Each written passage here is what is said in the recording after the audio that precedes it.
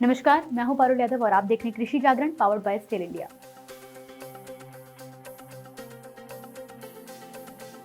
हाल ही में केंद्र सरकार की ओर से खाद्य और सार्वजनिक वितरण विभाग ने ओपन मार्केट सेल स्कीम को लेकर एक नया नियम जारी किया है, जिसमें कहा गया है कि अब राज्य सरकारें और कॉरपोरेशन 2250 रुपए प्रति क्विंटल की दर से चावल खरीद सकते हैं, लेकिन इस खरीद की मात्रा 12 लाख मीट्रिक टन से अधिक नहीं होनी चाहिए।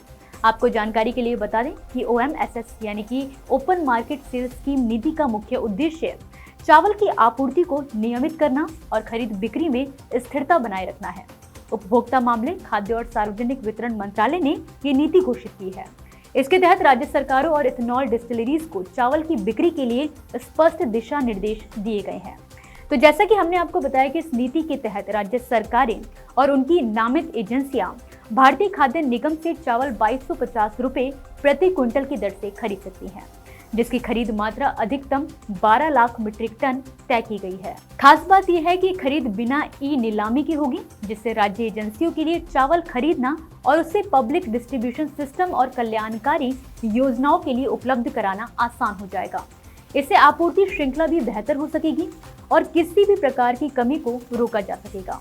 अब बात करते हैं एक और अहम पहलू की, जो इस नीति में शामिल है। सरकार ने इथेनॉल डिस्टिलरीज को भी 2250 रुपए प्रति क्विंटल की कीमत पर 24 लाख मीट्रिक टन चावल खरीदने की अनुमति दी है।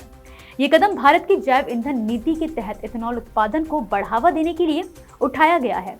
इससे जीवाश्म ईंधन पर निर्भरता कम होगी और ऊर्जा सुरक्षा को भी बढ़ावा मिलेगा। इससे भारत में स्थायी ऊर्जा समाधान की दिशा में एक मजबूत कदम उठाया जाएगा और खाद्य स्टॉक का प्रबंधन भी संतुलित रहेगा। ये नीति खाद्यान्न बाजार को स्थिर करने और बफर स्टॉक का प्रबंधन करने में महत्वपूर्ण भूमिका निभाती है। इसके माध्यम से सुनिश्चित किया जाएगा कि अधिशेष अनाज का प्रभावी उपयोग हो सके। इसके अलावा सीधी खरीद की सुविधा देने से जमाखोरी और सट्टा मूल्य में उतार चढ़ाव पर काबू पाया जा सकेगा।